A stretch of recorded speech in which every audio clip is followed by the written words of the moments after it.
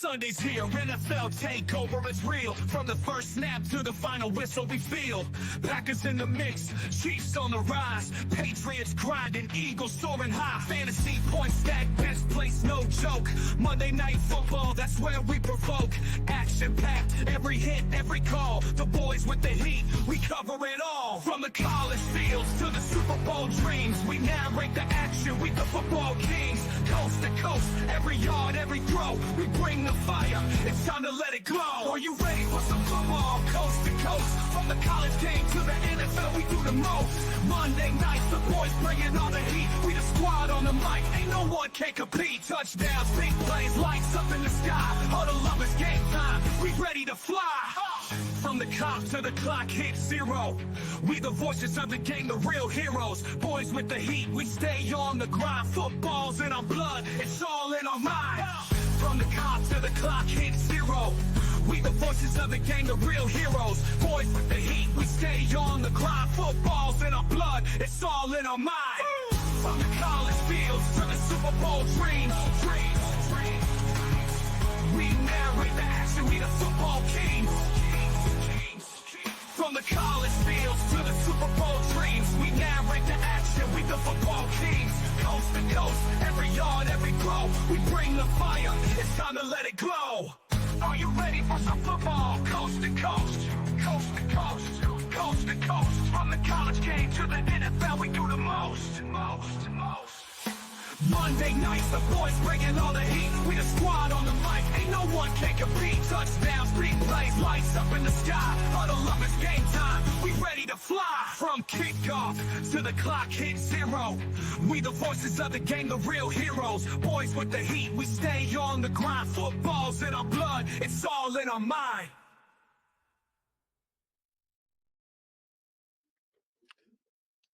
What the hell? Yeah, it just disappears. Nice. Sorry, I was switching defenses. You're balls deep in picking your defense for the upcoming week. Hey, we all gotta go for that. By the grace of the football. Hey, God, Paul, baby, I'm not gonna knock your football God. pickup. By the way, you did drop the Jets defense and You pick see up the what I- Bears, and that Bears defense probably did get you a win. So I guess it's not the dumbest thing I've seen this week. Between Saquon Barkley and then 33.2 points. Mike is probably a little bit bitter about that. When you picked him, I was like, he's gonna be pissed at you. As soon as the draft was done, he sent me a message. I fucking hate you. I figured that happened. Listen, and the fact that I had to play him week one, I know it just wanted. If he could drive up to Georgetown and whoop my ass, he would have that same day. But unfortunately, when we did the draft, I was not in the state of Texas, so he just has to. It was a rough week for you. It was bad because when you picked him, I was like, oh, this means Saquon's going to have a stupid game. Like, he's going to have a retarded game because it always happens. Last year in our other league, I missed out on A.J. Brown by $1 because we're doing that stupid salary cap draft. And the first game of the season, he had a monster game. He went for 125 and 2 tuds. And I was like, see, as soon as you picked him, I was like, this motherfucker is going to have a monster game. And not only did you get Saquon, you got Jake Elliott, you son of a bitch. And Jake Elliott gave you like 10 or 11 points. Listen, I don't want to brag because I am a humble human being. Not in the 15 years I've known you. But I not only did I beat you, as my wife likes to say, I tapped that ass. Play each other twice. You're in the same conference. You play each other twice, so you got a chance for redemption. So we'll see if that happens. That Saquon pick is huge for him because Saquon's gonna have a monster year this year. He got the Bears defense can take a shit on him, so that he's really relying on their defense a lot. So. No. It depends who's playing. Calm down. I'm not stupid. I'm just saying. I'm not gonna tell you all that. Charles, who did you pick up for a backup today? I gotta tell you. I gotta tell you. Find out. I just knew that when I looked at the lineup and I picked the Jets, I was, of course, yes, I thought the Jets, Sauce Gardner, All that went into consideration when I drafted them. However, when I saw that they were playing San Francisco, as much as the mediocrity of Brock Purdy goes floating around, the weapons are still there. And I'm like, I know that at least with Tennessee, I might have a better shot of at least getting 10 to 15 points than I did with the Jets. And clearly, I got 21 points out of it, which picking Chicago up, because y'all motherfuckers said I looked real suspicious over here swapping out the Jets for the Bears. At least long term, it might not pay out, but at least for week 1, it worked. It can't be as bad as the backup running back for San Francisco, knowing he was starting on Friday, and nobody else on planet Earth finding out until 90 minutes before kickoff. But did you see what Shanahan said though? He said, "I didn't tell him he was starting Friday. I told him just get ready." But I'm like, that doesn't even make any sense. That's fucking dirty though. I don't give a shit. That's dirty. The NFL's got to be better than that. Now the kid got in trouble for opening his mouth and whatnot, but I'm like, but whoever picked him up last minute, and then not tell people that you involved in your shady shit. That was shady as hell. But whoever picked him up, whoever picked up Mason, I think it was a very small percentage. I think. Yeah, I was like, I don't think that guy's rostered very much. Well, hold on. Somebody in my other league picked him up because he had CMC. And he picked him up as soon as the report came out that he wasn't starting. He went and picked him up off the waiver wire. So somebody had him on their team, and he's on a waiver claim right now. So he wasn't even rostered last week. Interesting. Very interesting. Yeah.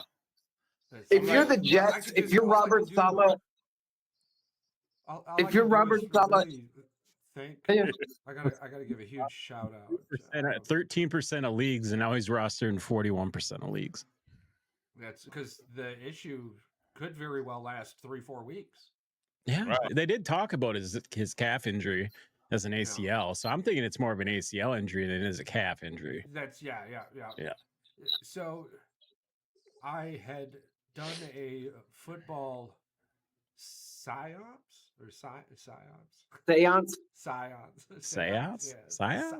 Not you doing a seance. Samson? Oh my guy. Pre-draft night, I was doing a football seance. That's right. A football seance? You were blowing smoke? Yeah. He had the Ouija board out and shit. Yeah, that's why Charles won. He knew this was going to happen. That's why he was so cool as a cucumber last night. Just chill. I understood that with my draft position that there was no way I was gonna see CMC. But I was like, yo, we're friends. CMC and we won a championship together. That basically makes us brothers. Oh yeah. The bond runs deep. And I don't think he saw it that way. It doesn't have to see it that way. It's okay. It's an unknown brotherhood. Yes. It's an unspeaking truth, okay? It's an unspeaking truth. We don't have to speak it. So you're saying that because of y'all's bond, he knew that he couldn't let you down, so he had to sit out so you could win. Yeah. He was like, got it. I can't be on your team this year, but I got you week 1, baby. Got you. I needed 50 from Debo. He's like, so he helped you without helping you. Oh yeah. So he was like, he found a way to help me one more time. That is very unfortunate that a team you had to come down to getting 0 points like Brent did from him. You didn't have a big enough lead that you were like, I'm screwed. I'm literally screwed, and it's last minute screwed. CMC screwed so many people's week 1. Oh yeah. Oh, so did fucking Travis Kelce. Mark Andrews. What did Kelsey do anyway? I think Kelce got me like 8 points. Oh, that must be nice, bro. Listen, Andrews only got me 3. So calm down. Let's bring this up. We're on a podcast right now. Let's bring it up. Kelsey Brothers just got $100 million podcast contract. That is more money than he's making in the NFL. Do you really think he gives a shit I'm like, About- no, he says he only got 2-3 years left in him. He said, I doubt he's even going to have that because his brother's going to need him. You don't do a podcast on the occasion when you're trying to like interview celebrities and all this other stuff. He's bringing in big names. This is his retirement. He Oh, yeah. needs a ring that will impress his lady, and this podcast is. Gonna bring I that heard that money. it got leaked that they're breaking up September 28th. We'll Why? see. 28. It's a joke. It's a running joke on the internet that somebody I need fake leaked it. from Am his I customer. missing articles? Oh yeah. No, it's all Yeah. fucking bullshit. In fact, Travis Kelsey sent a cease and desist to that person. Was like, bro, not okay. I will sue the fuck out of you. That's wild. You have to for clickbait. You're out here pushing. Wait Hey, a minute, this, so we can say whatever we want, and then once we're told we can't say it, we just have to stop saying it. I'm Yeah. right. I think that's usually how it works. Oh, we lost. We're losing Patrick. It's all right. It's okay. He's coming back. I know. He'll be I can co- feel oh, it. Yeah, he'll be. Yeah, well, I'm like, he will pop back in. I So I how don't did your want fantasy matchup go. which league. The boys in the Woods League. I did great. I'm like, again, no disrespect to my best friend, Well, this is fantasy league. There's no disrespect. but I beat him 147 to 108. Yeah, he did. Damn. Yeah, he sure as shit did. My You got high any hair score left on them cheeks, bro. between Saquon Barkley 33, Cooper Cup 32, my defense 26. Yeah. Yeah. But my Oh, flex, and I think I have fucking Joe Burrow too. yeah, that did not work Burrow out. got 8 That did points. not Dude, work out. Chase You was lost to New targeted. England. Yeah, Jamar Chase was targeted 2 times. New England. And you lost Yeah. at home. Yeah. Yeah. That's bad. Yeah, there's so much to talk about come part 2. I'm very I- excited about that. But I think I did good. Out of all the leagues that I care about, Yeah. I lost in 2 of them out of the 4. Okay. I lost in my week 1 matchup in my championship league, but it's okay. I allowed myself to trust Amari Cooper and Massage Watson. I will not do that again. Yeah, I'm in trouble. I'm putting Amari is my number 2. yeah, no, I'm I'm- sitting now as a flex. Amari is my flex. So I swapped him out for Xavier Worthy. I put Tony Pollard in. Because what's not gonna happen, I'm not about to leave 20 points on the bench again. Because in that Ooh. league, I lost by 3.6 points. Is that our league? Yes. I lost by 3.6. So if I would have had Worthy, I would have won. But it's okay. Did you not check the over-unders on Worthy before the Listen, game started? I did His not. over-under was 48 yards and it was a touchdown. That's a good That flex. That was a rookie mistake on my part. It No, shall no, not no. happen twice. Yeah. I've learned my lesson. I shall not let that happen. But It's always good to check the money. yeah, I love and, checking the money before fantasy. Yeah. the league for my church, I was down bad. I was down bad. Yeah. I was down by 30 points. Yeah. No, 20 points. 20 points. I came back and I tapped that ass. Moody gave me 26 points as a kicker, Yeah. and I came back 144 to 126. Ooh. Damn. When I say I got the most rudest text message I could ever receive from somebody, Is From it a church really? person. listen, because how does a kicker get more than both of our quarterbacks? Yeah. Them That's a field goals, Michigan- man. That's a Them Michigan field man. goals. Yeah, he's a Michigan man. Yeah. Jake Moody. Them 2 interceptions by Jalen Hurts pissed me off. And the fumble. I know the Yeah, fumble but- wasn't his fault. He still When got. I said 11 of 17 or 16 games last year, the dude would have 3 fucking points going into the 4th quarter and then pull 17 to 21 out his ass when he could have had 30 if he just played the fucking game of football. Because if he without those 2 picks and that fumble, that's 6 points already in itself. And this Yeah. again, and that's not telling how the rest of the drive would have went, gone. yeah. You know what I'm saying? Yeah. So Oh, yeah, that's 6 trust me. points. That's All 22 season points. last year. It's, Yeah. it's All frustrating. season last year. You'd be averaging 30 fantasy points a week if you would Easy. stop throwing the ball to the other Easy. fucking team, dude. Stop it. Easy. Now, granted, the thing that really did help me one, Jordan Love going down didn't help because he went down towards the end of the game. However, him losing Puka Nacua helped me huge, and which also helped me Week 1 in and our injuries league seem to be a theme. because Cooper Kupp got all them touches that would have been going to split between At him least and a Puka. third of them would have went Yeah. to Puka. Yes. And so Kupp got those, and that kind of.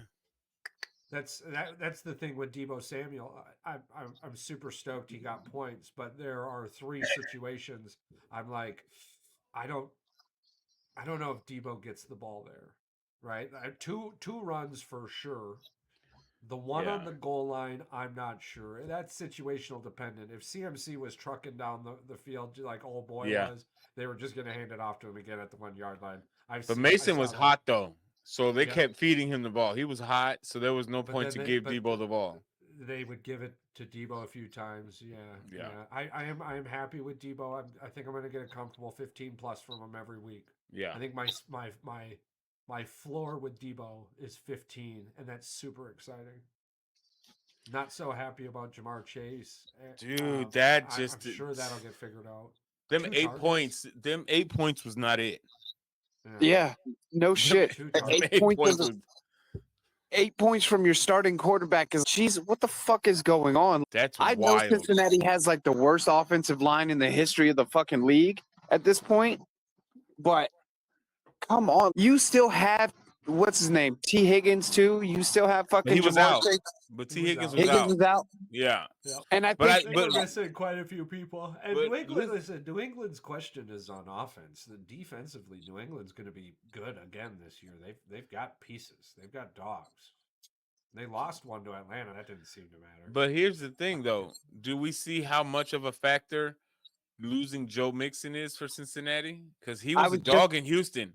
Yeah. I was just gonna say that the loss of Joe Mixon, the loss of a steady running back, is gonna kill Cincinnati, because now I don't know who their starting running back is, and you just took out a third of the playbook for Joe Burrow, because play action pass in Cincinnati was huge.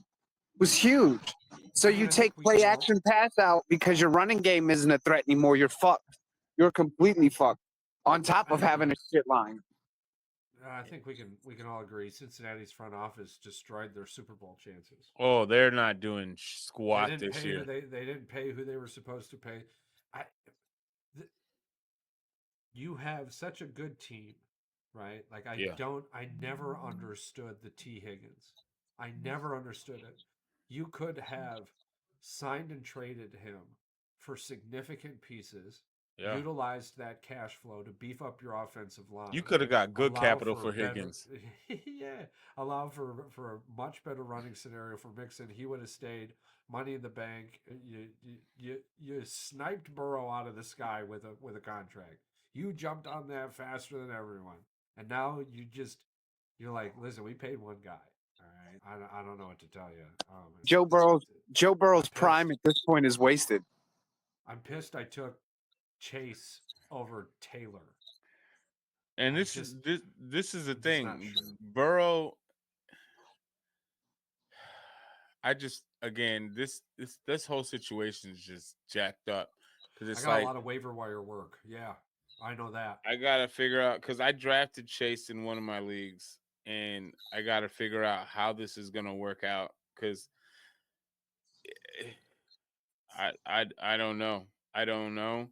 And then on top of that, I got to figure out this Tank Dell situation, because Stephon Diggs might be more instrumental in Houston than I might have calculated. Yeah. Well, and that's I stayed away from Houston this year because of that. I don't know how the Stephon Diggs effect and you got Nico, the rebound for 2. Yeah, the 2 people I would have been. There's I think 3 on the team. I wasn't super high on Diggs, but it would have been Nico, Mixon, and CJ Stroud. Yeah. At the end of the season, when Tank Dell went out towards the end of the season there for Houston, they built up such a rapport. Yeah, it was going to be a target machine. I'm bummed I missed out on Nico. Now, my other big issue is this Marvin Harrison Jr. situation with Kyler Murray. The fact that he missed him wide open for a game-tying touchdown, he was just in that open field and didn't even. Bro, that's why when everybody was like, "Oh, Marvin Harrison's he's gonna come in, he's gonna kill the game," I'm like, y'all are forgetting who his quarterback is. Kyler Murray is still 5'2", And this playing behind guys who are 6'5". This is Yes. my thing though. Like Marvin Harrison, when I see his height, I think this is like having another D hop for him. Like just throw it up there. Like he's gonna get it, but the fact that you're not utilizing him to his full potential is low key disappointing. I know it's just week one. I'm not trying to just. An offensive line has a hell of a lot to do with your ability to throw the ball. If you can't with see over any him. form of consistent. No, I'm not even talking. Listen, Kyler Murray's height is what it is. Kyler Murray has proven that he can play in the NFL. So did Drew Brees. And these are the same conversation. You are it's the same conversation we have with Lamar Jackson until he wins the Super Bowl, right? Like we're going to have these conversations. Arizona's offensive line is terrible. And when you are tiny running for your life, you're not going to have the ability to be that accurate. I do stand on the same stool as you, though. Their PR is, I think it's a week one thing. And I think there needs to be a building moment. Because let's be honest, do we think that Marvin Harrison is the type of guy to go hang out with Kyler Murray on the beach and catch footballs? Probably Absolutely not. No, he's catching footballs in his backyard with his dad. So where you're building the rapport in that scenario is practice. And that falls on Kyler that if you're not, game time. you're the quarterback, you're the leader of this offense. So if I text you, hey, you want to go catch balls, and you don't answer, what am I supposed to do? Oh, you're absolutely right. You're absolutely. Where it's an assumption here, but realistically, it's probably a pretty good one. You still can't buy the dude's jersey. Yeah, but the other thing somebody's selling them because they're out there. He's just not making money off of them. The other thing that I think people don't take into account too is that Jonathan Gannon is a defensive head coach. Like, Jonathan Gannon doesn't know dick about offense, and their offensive line is crap. If you're 5'10" or whatever Kyler is, and you're running for your life, like Charles just said, it's different than if you're 6'2". If you're CJ Stroud and you have to move a little bit, or you're CJ or you're Jordan Love and you have to move a little bit because your offensive line is a little shaky, it's different. Like Jordan Love was making throws on Friday where I was like, oh shit, this kid is reading defenses really, really well. There are mistakes, like we talked about offline. He's a year two quarterback, so he's still developing. But the difference is Kyler Murray is athletic, but his field of vision is so small that when you have an offensive line that has that many problems, you don't have the ability to overcome that. Whereas a CJ Stroud, a Jordan Love, those guys have the ability to overcome it a little bit. So I think that Arizona's an interesting situation because everybody's, they're going to be great in the West. And I'm like, nah, they're not. Like having one weapon. I'm not putting my faith in Arizona to do all that. Well, they have the potential to be great, but if they can't fix that offensive line, like Charles says, I'm like, it's going to be a long year for them because Kyler's going to be running for his life. And trust me, when I know what a quarterback looks like running for his life. Yeah, and and two, like you had mentioned, it's week one. They were playing the Buffalo Bills, and honestly, I think, and not because we'll discuss this in part two. Yeah, not to touch on it too deeply. I think the conversation needs to be more about how well they played against Buffalo, and how well Buffalo handled adversity, and Josh Allen came back and just did Josh Allen things. Personally, that's more what I saw than really because if we want to talk about game tying misses, the ultimate game tying miss happened Thursday night 2 times in a row. You had Lamar Jackson miss the guy twice, right? And Zay Flowers. And then you had Zay Flowers. There was massive misses by massive people who make way more money than 5'2" Kyler Murray. I don't blame a guy who literally just came out of college and from the outside looking in, appears to be a pretty rough person to build a rapport with. Yeah. Right? I got practice time with you, and that's it. Otherwise, you're working on you being the best athlete you can be, and that's fantastic. But that doesn't help the team. That helps you. Yeah. But we'll see. We'll see, because it's something I talk about a lot. I've talked about it on the show. I've brought it up often. But I like to hear about football. I don't give a frank about anything else. Yeah.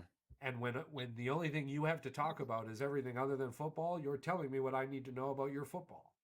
Yep. And Marvin Harrison, I didn't pick him in the draft, in the fantasy draft because of this. Malik Neighbors, the same thing.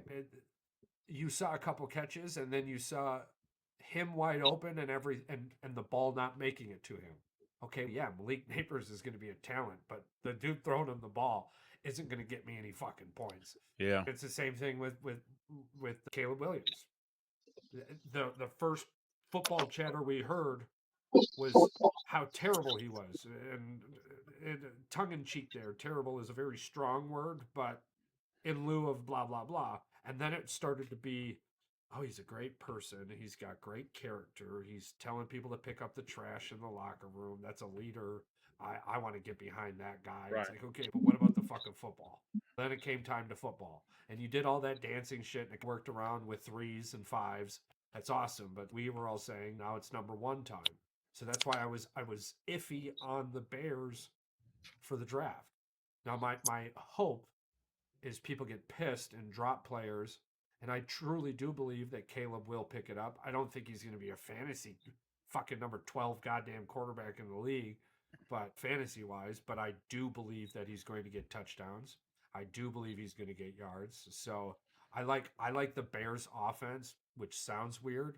Fantasy wise, more in the second half than I do in the first half. And what sounds weird about that in PR is the first half of their schedule is the fucking easiest. The second half, I think Caleb is going to play better in that scenario. I'm taking it week by week at this point when it comes to Caleb and just the Bears in general. I'm not trying to get. I'm again. Your fantasy pickup for their defense was genius. Again, I've been doing this fantasy football shit for 15 years. So Yeah. I'm like, do I have it down to a science? No, but I know how to make moves. You know what I'm saying? Like I've won a couple of these things. For example, I just pre-show was looking, and I realized the defense I had was playing against the Dallas Cowboys next week. There ain't no fucking way. I'm not risking that. I'm not risking that. There's no way. Does it end up in the Arizona? Dak throws 3 touchdowns and blah, or 3 Again, pick sixes. Blah, I talked to one of my friends offline, and because I was lose more lottery tickets than you win. He clowned me because he knows that I'm a big Bear fan. He goes, "Why would you?" We were just swapping lineups because he plays for a different league, like he's in a whole nother league period.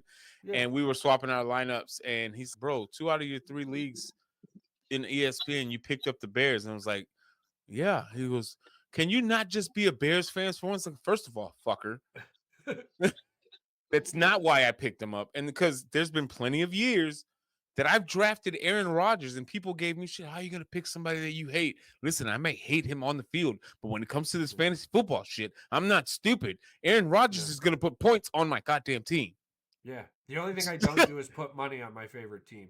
I put money on Michigan basketball to win one time. It was a few years ago in Michigan. So I'm like, am I going to keep the Bears defense for the rest of the year? I don't know. Again, it's all dependent on who's playing. And because let's say I might not want them for Houston, but let's say CJ Stroud goes down. I'm keeping them because I'm not trusting Davis to do shit. Yeah. So yeah, again, it's purely situational. Me and the waiver wire, our best friends. Oh my god, we're so much more than that. I go on naked and afraid, and we are no longer afraid. This is the thing that I like about the waiver wire. This is what I like about our the league that me and Mike are in. So it's an auction. It's a silent auction for the waiver wire. Last year, I spent maybe you get $100 for the whole season, right? That first day after the waiver wire, you bid for somebody that you want to hopefully nobody outbids you. Yeah. Last year, out of that $100, I spent $11. I waited till Wednesday. and be like, I'm fine. I'll get sloppy seconds of what nobody else wanted, and I bet you I'll still find somebody. Yeah. And what ended up happening? I fucking went and won the whole It's damn my favorite game. part about fantasy football is the dance. Watching people drop. It's understanding that drafting is you look at it, you look at the whole fantasy season as a 60-minute clock. Yeah. Drafting is 5 minutes of that 60-minute clock. Listen, it's chess, not checkers. Once the draft is there, that's awesome. It's over.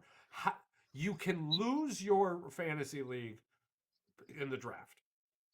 100%. You can lose your fantasy league. But you can win it in the waiver wire. But you can't win it. You cannot win your fantasy league in the draft. Even me last year with my championship, the team I ended with while playing, regardless whether it was one person or two, the bench was completely different. Yes. But the team I won with was nowhere near the team I drafted. Not even in the slightest. I think I had maybe 3 or 4 players that I stuck with that I initially drafted the whole time. Yeah. From That's beginning the to hardest end. part about fantasy. And I'm watching bye weeks. That's the biggest thing for me. I'm watching bye weeks because I'm like, one of you motherfuckers is gonna have to drop a good player at some point. So we'll wrap this up here with our sneaky best pick. What do you think will end up being your sneaky best pick in the league? Mine I think is going to end up being Tony fucking Pollard. To be honest with you, for me, I think Tennessee is going to be handing the ball off a lot. The Will Levis experiment has confirmed failed. I think for me, my sneaky pick is going to be one of 2 people. It's either going to be what's his name, Rashid Shaheed from New Orleans. Yeah. Or just like he was for me last year, so I don't know if this counts as a sneaky, but Jalen Warren from Pittsburgh as the second running back for Pittsburgh. Yeah. But I think Shaheed is probably going to step up and be that top 2 guy for New Orleans, and I think he's going to ball out this year because last year he had sparks, but I think this year he pushes over that line and solidifies himself as one of the top 2 receivers, like as a top wide receiver 2 in the league. And I think he's going to be a good flex for me moving down the league this season. Now, what about you, Mike? I think Chris Godwin might actually end up being my sneaky best pick as my flex. Baker Mayfield, the resurgence of Baker Mayfield. I love it. I love seeing. I can't wait to talk about that tomorrow. Yeah. Mike Evans is going to have a Mike Evans year. That's what he does. But I think Chris Godwin slipped under enough people's radar where they forget he can have 1,000-yard seasons as a number 2. He's scary good. Yeah. So I think that's going to be my sneaky best pick, but my complete best pick was definitely in this league getting Justin Jefferson. That I can't believe that should happen. Bro, JJ's a dog, dude. All you got to do is it's just like Calvin Johnson. Yeah. Calvin Johnson made Charlie Batch look good. And it's just all you got to do is throw the ball, and the ball finds. Megatron is going to do what he's supposed to do. It's like, when I watch JJ, it reminds me of Megatron. Just throw it out there. I'm so glad. I hate that he doesn't play for my team, but I'm so glad he plays in my division. And that sounds weird, but I get to see him so much. Even when I don't need to see him, I get to still because you're going to see those highlights. Because the Vikings are part of the NFC North, so I still get to see. It's been great watching because I got to see Julio Jones set the NFL single season game receiving record against Green Bay. I don't know if it's been broken by this time, but it was against Green Bay. It was at Lambeau Field. It was amazing. I remember seeing it, and it was just unreal watching it. And now I'm getting to see that same thing. I got to see it with Calvin Johnson, and I get to see it with JJ. Like, fuck. I'm going to say this as my last remark. The one thing that I cherish and I just absolutely enjoy about doing this show with you guys, even Patrick, even though you're not present because your internet is acting wonky, is that, yes, we are number 1 fans of our own teams and we will defend them fuckers till the day that Jesus takes us away. But secondly, the most important part, we are true, genuine fans of this game. And it's regardless of what team you play for, when we witness greatness, we're just like, yo, I was alive to see this happen. Yeah. Like, That's my favorite part about fantasy is that I get to watch people I, for one, honestly would never hear about or think about because they're not on the Green Bay Packers, right? it So I forces get you to have to watch outside of yeah. Like I get to deep dive Lamar Jackson now, and I've been so rough on Lamar. It was one of the reasons. now I he's your drafted him quarterback. this year, and now he's my quarterback, right? And I'm like, bro, you could be having 30 fucking points if you would just calm down a little bit. Hey, but it's only week one. one. More tomorrow. Yeah, we'll talk about It's just it allows me to learn because while you're watching these players too, you tend to learn who they are as a human being. It's so cool. I think it's fantastic. You get to see more than just puppets on a string. Yeah. It's really really nice. The So joys how of do you guys fantasy. feel about your upcoming week matchup here? I'm For feeling fantasy? pretty good about mine. Yeah, I'm feeling pretty good about mine. It looks pretty close. I got 125 to 123. I am. Let me see what it has me on. I think they've got me this week is like 124 to 121, but I switched out Joe Burrow for Jaden Daniels. Right now, I'm playing the Yeah, 3%, good pick. whoever that is. Yeah, They got me. Post draft, the 3% is picked to win the league. I lose to yeah, Patrick. yeah, Terribly. yeah. So right Got his now ass I kicked got a by the projection 123 over 119. I got to do a few changes, but I'm not gonna speak too much on that because I don't want him to hear this and be like, "Oh." That's what I'm saying. But That's what I'm saying. I'm trying to build a little streak here. Trying to build a little distance. Yeah, I want But to throw my first ball. unfortunately, I I'd like got to get the six. reigning champion in my division, so we're gonna see how that looks like when that day comes. When do I play you? I don't play you till week 10. We got a lot of time. You got, we you're got, lucky, we got a lot of motherfucker. time. You're lucky, motherfucker. You're lucky. You're lucky. So we'll see that bridge. We may not be champs on the same league, but technically this is a champ versus champ. You know, it's a champ versus champ. Hell yeah, player. I'm ready for it. I'm excited. You see the disgust on Mike's face. Well, listen. When you're striving to be a champion, it's hard to hear other champions talk. I get it. Listen, it is what Look, it is. My final comment on all of this will be this. Yeah. Saquon's gonna have a monster year for you, Paul. It's just that's what's gonna it's gonna happen. Jake Elliott is one of the top 3 kickers in the league, and you got him. So you've got those two set. For me, it's all going to be coming down to finding the right Jaden Daniels, Joe Burrow balance, depending on how Burrow plays this year. I do Jaden Daniels over. He Joe played. Burrow. He played. I love what I do love, and it's like what you guys were saying. What I do love about the fantasy thing is I don't know who Rachaad White is, but he's my starting running back. So now I have to know who he is. Yeah. Like it gives you, because look, I'm a fan of obscure shit. Like in the NBA, obviously the Eagles, the only one out of the three of our teams who's won a Super Bowl in the last decade. That's fine. Oh, you can say that now that we're in the next decade. Yeah. I'm just saying. But really what I love is you get that chance, like you said, to meet new players, to discover, okay, who's Rachaad White as a running back? Is he somebody that I should invest in, or is this going to be a week 2 drop? And he performed. And it's cool to see not only what that individual person can do, but like, all right, where are other people's heads at as GMs? What are you guys looking at to build your team? So getting other people's perspective, I'm gonna steal a bunch of shit from you guys next year, because now I know how you fucking think. I'm not giving all my secrets. That's my favorite part about being in a league with champions, is that you can't just walk in and make the same peanut butter and jelly sandwich.